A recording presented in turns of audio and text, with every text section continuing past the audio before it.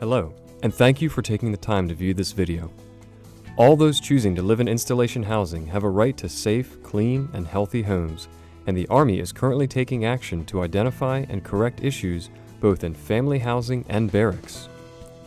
As a part of that effort, this presentation will provide you with information about mold, how it grows indoors, how to stop it from growing, and the possible health effects from exposure to mold spores. Mold occurs naturally outdoors, and spores are found everywhere in the air. However, mold needs moisture to grow indoors. Mold is likely to grow where there is water damage, elevated and prolonged humidity, or dampness. If you see mold or smell an earthy or mildew odor in your home, the most important step is to identify the source or sources of moisture and take the necessary steps to eliminate them. Excessive moisture can be the root cause of the mold growth. If mold is removed and the moisture problem is not corrected, then it is likely the mold growth will recur.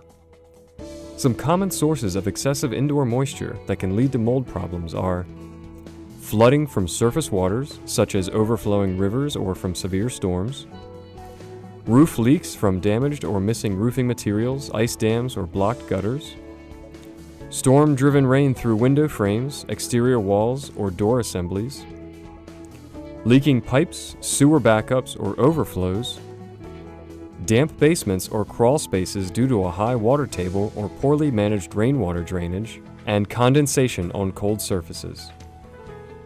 Beyond repairing leaks and preventing flooding, the key to preventing and stopping indoor mold growth is to control excessive moisture in the air and the resulting condensation.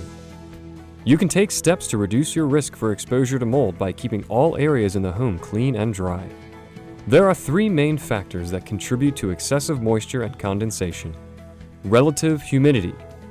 Condensation occurs when the air is saturated with water and it cannot hold any more moisture. For example, steam generated from bathroom showers or from cooking can fill up the air with moisture, which will then condense into drops of water on cooler surfaces such as mirrors and windows. Where possible, localized sources of humidity, such as clothes dryers, should be directly vented to the outdoors. To lower indoor humidity during warm, humid weather, air conditioners and/or dehumidifiers should be used.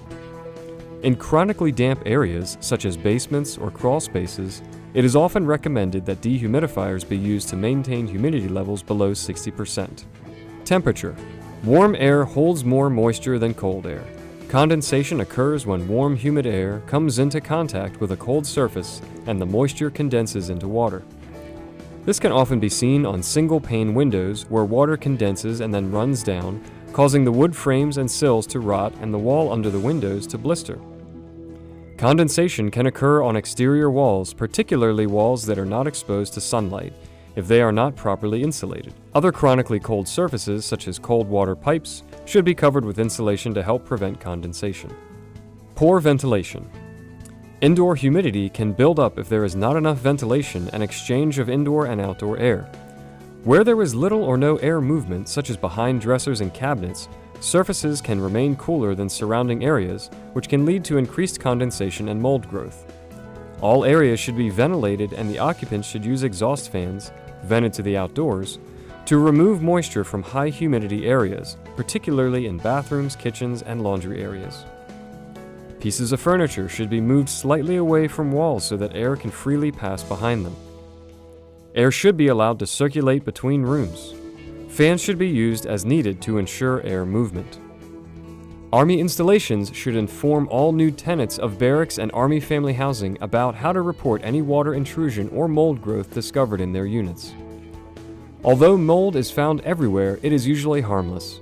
However, sometimes mold exposures may be associated with various symptoms and health conditions. Most mold-related symptoms and health conditions occur in people with chronic underlying illnesses, such as asthma or a sensitivity to other allergens, and in people who are very old, very young, or have weakened immune systems.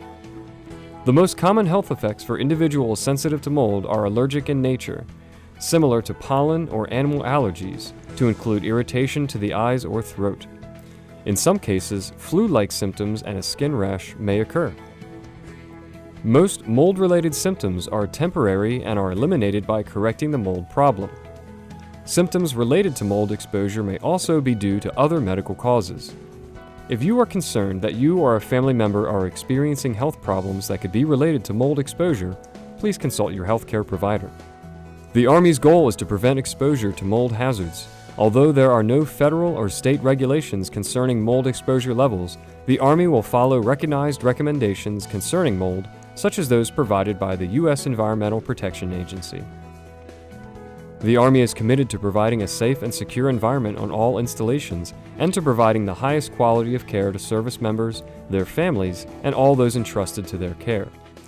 The Army will continue to inform and educate all Army personnel and their families about the concerns and health impacts of mold, what resources are available, and how to report potential mold exposure situations. For additional information, contact your property manager, the Preventive Medicine Department at your local medical treatment facility, or the Installation Directorate of Public Works Environmental Division. Thank you for your time.